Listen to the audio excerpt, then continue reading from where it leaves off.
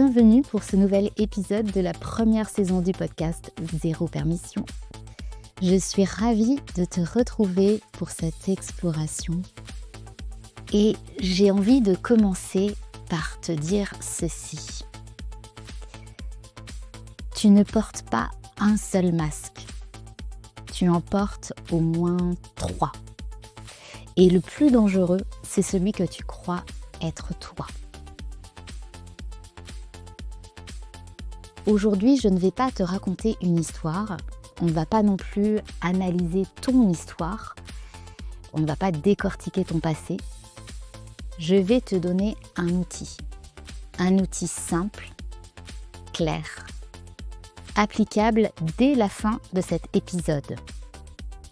On va cartographier ton camouflage. Parce qu'un masque, ce n'est pas un mensonge. C'est une stratégie de survie devenue automatique. Et à force d'être automatique, eh bien, elle est devenue ton identité. L'objectif aujourd'hui, il est précis. À savoir, identifier ton masque dominant, repérer ses symptômes et poser un micro-acte de vérité dans les 24 heures. Donc, pas une transformation, mais un mouvement. Un masque, ce n'est pas un mensonge. C'est une stratégie de protection. À un moment donné de ta vie, elle t'a sauvé. Elle t'a permis d'être aimé, de rester en sécurité, de ne pas être rejeté. Tu crois que tu as perdu confiance, tu crois que tu es devenu invisible, tu crois peut-être aussi que ton problème, c'est ton âge, ton corps qui change, ton énergie qui fluctue. Non, le problème n'est pas le masque. Le problème, c'est quand la stratégie devient identité. Quand tu ne sais plus si tu agis par élan ou par adaptation. Ton problème, c'est l'adaptation devenue personnalité. En fait, tu t'es adapté pour être aimé, pour être gardé, pour être choisi. Et aujourd'hui, tu ne sais plus où est-ce que tu t'es quitté exactement. Donc aujourd'hui, on va observer 3 zones. Le corps, la voix, l'image. Et pour chacune de ces zones, on va aller regarder les symptômes, ce que ça révèle, et un micro-acte concret. Donc, pour commencer, on va parler du corps qui se retient.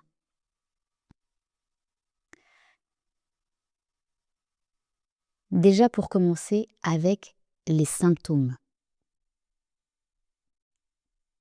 Ton corps parle, mais tu l'as dressé. Donc l'idée maintenant, c'est d'aller t'observer de façon tout à fait honnête. Peut-être que tu vas te reconnaître dans les symptômes que je vais citer. Et peut-être pas, et dans ces cas-là, je t'invite vraiment à me partager justement quels sont les symptômes pour toi. Donc par exemple, ça peut être que tu rentres le ventre sans t'en rendre compte, ou tu croises les jambes, tu souris quand ton bassin se fige.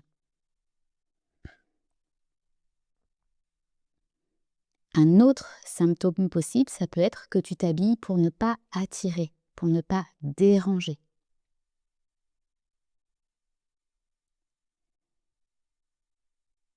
Tu minimises ta fatigue.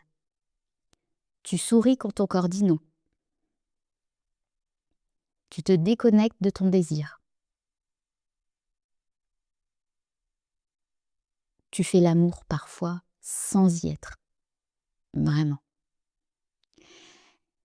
Donc tous ces symptômes que je viens de citer, eh bien, qu'est-ce que ça dit? Ce masque, il dit « je ne dois pas déranger ». Et contrairement à ce que tu crois, ton corps n'est pas bloqué. Il est contrôlé, il est muselé. Ton feu n'est pas éteint, il est tenu, il est contenu. Tu as appris que ta sensualité, ta fatigue, ta colère étaient de trop. Alors, tu les as réduites. Mais l'énergie retenue ne disparaît pas. Elle s'éteint. Ou bien elle explose. Alors voici ton premier micro-acte. Pas quelque chose de spectaculaire, pas quelque chose d'instagrammable, pas spirituel non plus, mais vivant. Aujourd'hui, tu vas choisir un geste où ton corps ne se retient plus. Donc, choisis un geste. Ça peut être, par exemple, de dire « je suis fatiguée » sans te justifier, ou bien de porter un vêtement qui épouse tes formes, bouger ton bassin 3 minutes toute seule, dans un endroit dans lequel tu te sens bien. Ça peut être aussi de poster une photo sans filtre et de façon tout à fait spontanée. En fait, l'objectif de ce geste, c'est de ne plus te retenir. Pas impressionner, mais ne plus te retenir. Donc ce n'est pas un acte de visibilité pour le monde, mais c'est un acte de loyauté envers toi-même. Et c'est ça qui est puissant.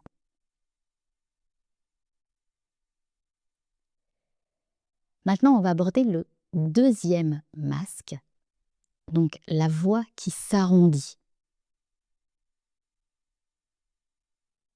La voix qui se lisse. Ta voix. Elle est puissante. Mais peut-être que tu l'as polie. Donc on va aller voir quels sont les symptômes. Et je t'invite aussi à t'observer. Je vais en citer quelques-uns, mais comme le précédent, je t'invite vraiment à observer quels sont tes symptômes à toi. Ça peut être peut-être que tu ajoutes désolé trop souvent, ou très souvent en tout cas. Tu ajoutes peut-être, ou je ne sais pas si c'est clair quand tu parles.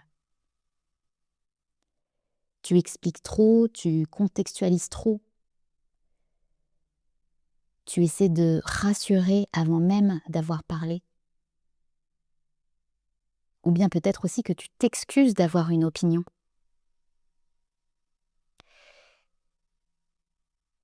Et ça, qu'est-ce que ça dit? Eh bien, ça dit « je ne dois pas être confrontante ».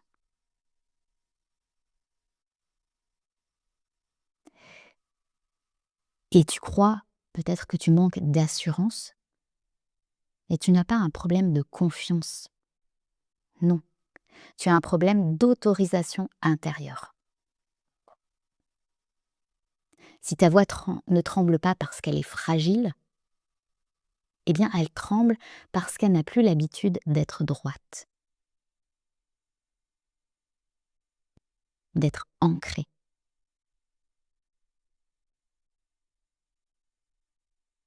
Tu sais ce que tu penses, Tu sais ce que tu veux, mais c'est comme si tu l'enrobes pour rester acceptable. Et à force d'enrober, eh bien, c'est toi qui disparais. Alors, le deuxième micro-acte, pendant 24 heures, donc pendant une journée, tu vas supprimer le mot désolé de ton vocabulaire.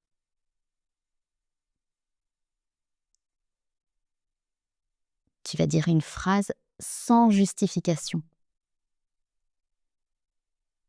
Ça peut être aussi d'écrire un message clair, un message court, un message direct. Par exemple, je ne suis pas disponible, point. Ou bien ça ne me convient pas, point. Ou bien encore, je veux ça, point. En fait, l'idée, c'est vraiment que tu ressentes la stabilité que ça crée à l'intérieur, sans ce que ça fait dans ton ventre. Et ce n'est pas de la dureté, c'est de l'alignement.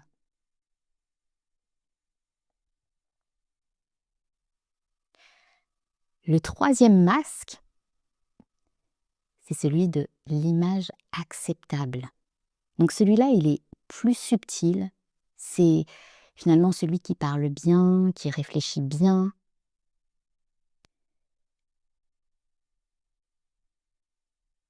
Les symptômes, ça peut être par exemple que tu vas partager du contenu safe, du contenu intelligent, que tu attends d'être prête, d'être claire, d'être parfaite, ou bien que tu intellectualises ce que tu vis. Tu montres la version digeste de toi. Et qu'est-ce que ça dit? Eh bien, ça dit, je dois être maîtrisée pour être respectée.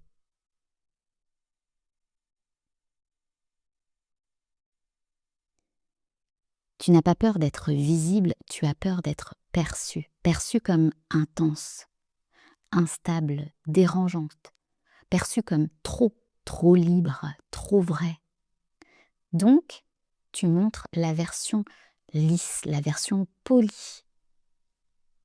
Mais la version polie ne magnétise pas. La version polie n'attire pas les bonnes personnes à toi, en tout cas celles qui vont vraiment vibrer avec ta fréquence. La version vivante, oui. Donc, je vais t'inviter à publier une vérité, une opinion non lissée. Pas forcément choquante, pas forcément dramatique, hein, mais juste réelle, vraie. Dis ce que tu traverses vraiment. Sans morale, sans conclusion rassurante, sans leçon, sans avoir une posture haute, mais juste vraie. Même si c'est inconfortable, et d'ailleurs surtout si c'est inconfortable.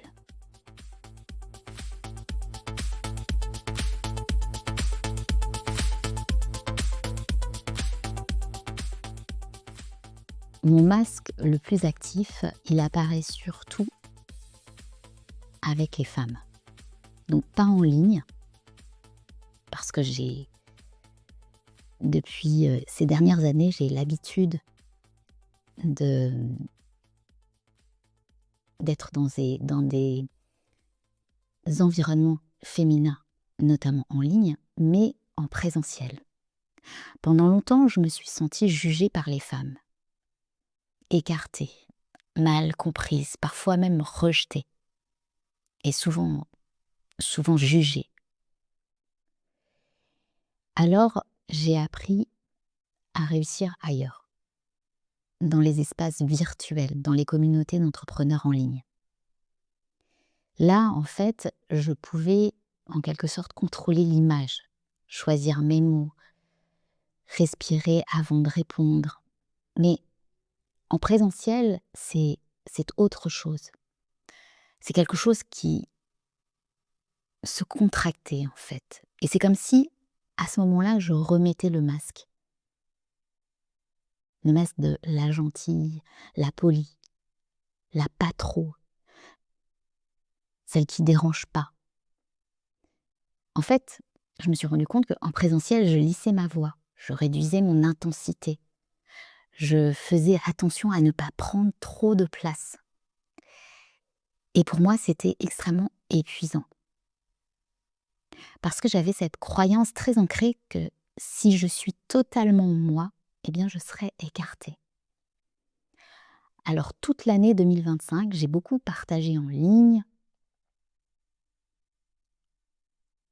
J'ai une présence très active en ligne, mais très peu en présentiel. Un peu comme une protection invisible. Et je me souviens d'un événement, un des rares où j'ai osé y aller en présentiel, et je me suis glissée. Sourire contenu, voix adoucie, présence réduite. Et à ce moment-là, une femme m'a dit: «Je ne te voyais pas comme ça». Et sur le moment, j'ai pas très bien compris. Mais après quelques mois, même si ça m'avait interpellée quand même, mais après quelques mois, eh bien j'ai compris. Elle ne me voyait pas parce que je n'étais pas là, pas vraiment. Je portais le masque pour appartenir. Et le plus ironique, eh bien, c'est que ça n'a rien protégé parce que la plupart de ces femmes se sont détournées quand même. Donc je jouais le rôle de la bonne femme, acceptable, et pourtant ça n'a pas créé de lien.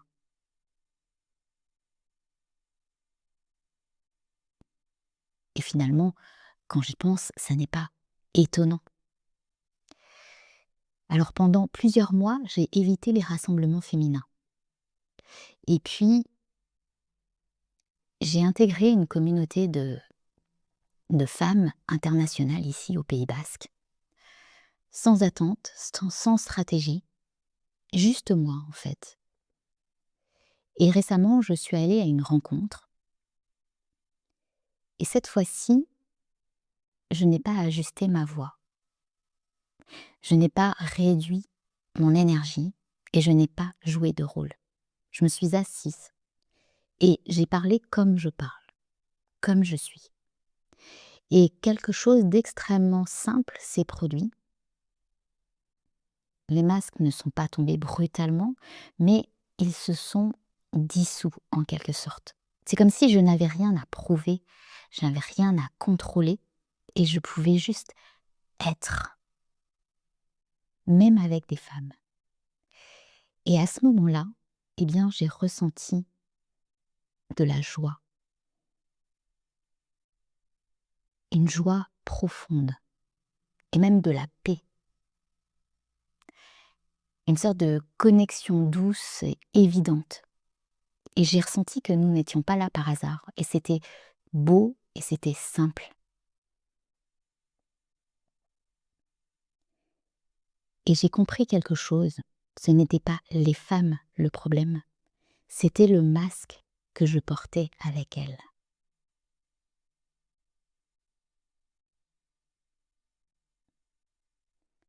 Alors quand je te parle de masque, je te parle de cet endroit précis où tu te modifies pour appartenir. Et parfois c'est extrêmement subtil. Et la vraie question, ça n'est pas est-ce que je vais être rejetée, mais la vraie question, c'est est-ce que je suis prête à me rejeter moi-même pour éviter ça?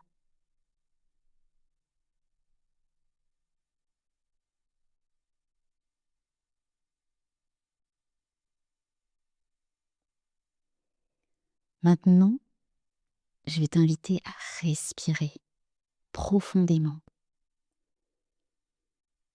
à prendre une grande inspiration et expirer.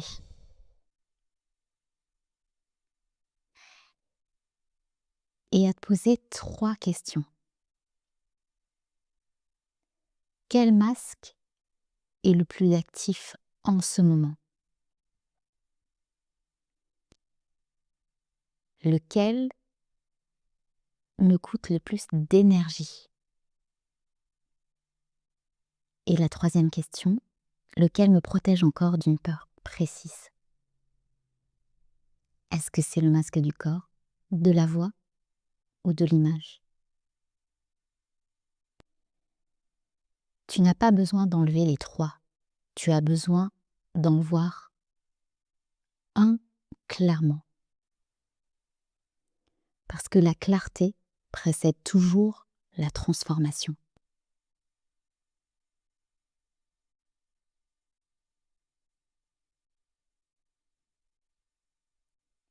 Veux-tu continuer à être acceptable ou veux-tu devenir vrai? Parce qu'à partir du moment où tu vois ton masque, tu ne peux plus dire que tu ne sais pas. Et alors là, l'ignorance confortable disparaît. Et à partir de là, eh bien, tout change.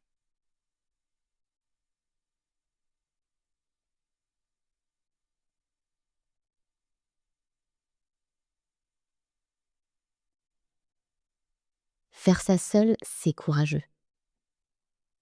Le faire en cercle, c'est irréversible. Parce qu'en cercle, tu ne peux plus te raconter d'histoire. Tu vois, on te voit et tu te vois. Si tu sens que quelque chose s'est ouvert aujourd'hui, je t'invite dans le cercle de femmes, le premier cercle de cette saison, nommé le masque. Ce sera un cercle en ligne pendant 1 heure et demie et l'intention est simple. Identifier ton masque dominant, comprendre ce qu'il protège et choisir ton acte de vérité pour la semaine. Ce n'est pas un espace d'analyse, ce n'est pas pour comprendre ton enfance, c'est pour arrêter de te trahir. C'est vraiment un espace de bascule.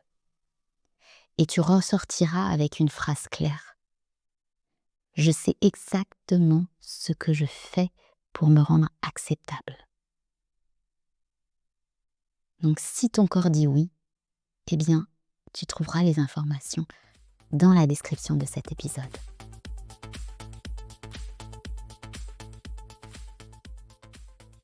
La prochaine fois, on va parler du masque le plus sournois, celui qui parle bien, celui qui a les bons mots, celui qui est intelligent, articulé, impeccable, mais qui ne dit jamais vrai.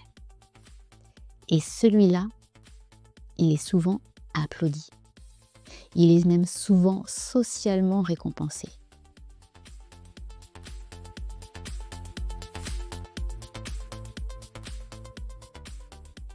Rappelle-toi, tu n'es pas trop. Tu es intact sous les couches et le masque ne te rend pas aimable. Il te rend acceptable. Mais la vérité, c'est que tu n'es pas né pour être acceptable, tu es né pour être entière. Alors cette semaine, choisis un endroit où tu arrêtes de te trahir. Un seul, parce qu'à partir du moment où une femme cesse de se rendre acceptable, eh bien c'est là qu'elle devient inoubliable. Si cet épisode a allumé quelque chose en toi, abonne-toi sur ta plateforme d'écoute. Pas pour me suivre, mais pour ne pas manquer ta propre mue. Et s'il y a une femme autour de toi qui se lisse pour appartenir, qui se retient pour être gardée, qui fatigue d'être la gentille, eh bien, envoie-lui cet épisode. Peut-être que ce sera le premier espace où elle se sent autorisée à être vraie. On se retrouve au prochain épisode. Et d'ici là, ne demande plus la permission d'être toi.